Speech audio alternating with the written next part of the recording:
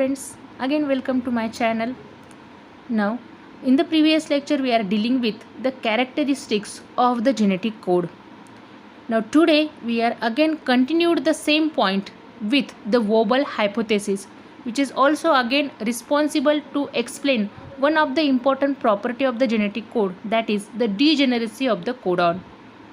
Now this Wobble hypothesis, it is put forward by the scientist Francis Crick in 1966,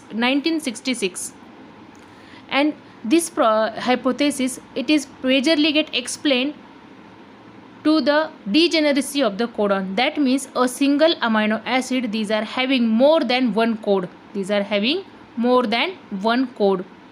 According to this hypothesis, the 5' base on the anticodon, that is the first base within the anticodon which binds to the third base within the mRNA, there is no standard base pairing within these two nucleotides.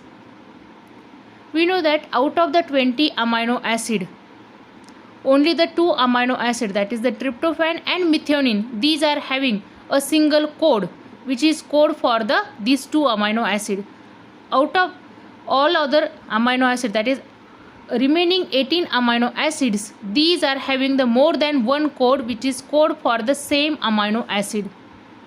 Means there are the less anticodons, which are responsible for decoding these 61 codons. Means no doubt the more codons these are present, but according to that this large number of anticodons, these are not present. Means this Wobble hypothesis, again it tried to explain how a single tRNA molecule, that is the transfer RNA molecule, it can recognize more than one codon. Now this third position of the within the codon and the first position within the anticodon, these are considered to be the Wobble positions at which there is no specific Watson and Crick pairing it is observed. For example, majorly the transfer RNA molecule for the phenylalanine. Means phenylalanine, these are having the two different codons. The first anticodon, it has anticodon of AAG and it can pair with the two different codons. A single anticodon, it can pairs with the two different codons. Anticodon, it is the 3-AAG. It can pair with the mRNA codon of either 5-UUC or the UUU.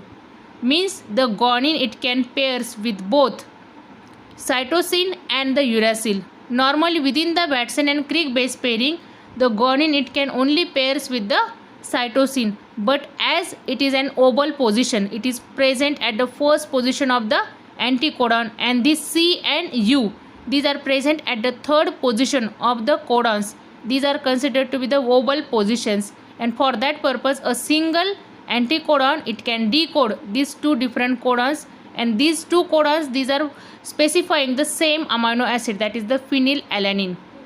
Means the Wobble pairing of the tRNA anticodon with the mRNA codon proceeds from the 5' end of the codon. Once the first two positions are paired, exact base pairing of the third position, it is less critical. This allows the mRNA to be translated with the less number of the tRNA molecules. Means there is no requirement of the 64 transfer RNA molecules for the decoding of the 64 codons. We know that out of that only the 61 codons, these are the sense codons, but here there is no requirement of 61 anticodons for decoding of these 61 codons due to this Wobble pairing in between the codon and anticodon. Now here it is within this figure we can observe how this Wobble pairing it is carried out. Now here again there are the two different codons for the leucine, means which are code for the same amino acid, that is the CUC and the CUU. These are the two different codons, CUC and CUU. We can observe within these two codons only there is change within the third position or the third base within the codon. Only the third base, it is uncommon. At the first two position, the bases, these are common, that is CU, CU. only there is change within the third base, and these are get decoded by the same tRNA molecule with the anticodon GAG. With the anticodon GAG means within the G and U there is the vowel pairing it is observed. Now here there is some type of the vowel pairing which is observed and which is put forward by the scientist Francis Crick through this vowel hypothesis.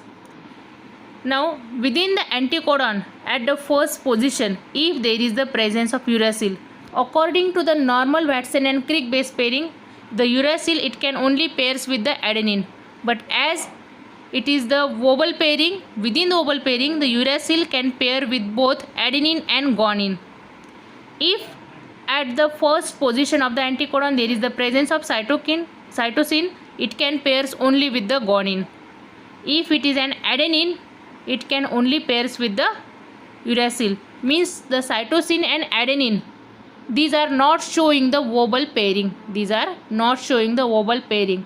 Again, if there is the presence of guanine at the first position of anticodon, it can pair with either the uracil or cytosine which are present at the third base of codon. If there is the presence of inosine which is having the similarity, structural similarity to that of the guanine, if there is the presence of this inosine at the first position of the anticodon, it can pair with the uracil, cytosine and the adenine, means any of the three bases if these are present, the inosine can pair with any of these. So it is an vowel base pairing and it is the information about the vowel hypothesis. So if you like this video, please subscribe my channel and also share this video with your friends. Thank you.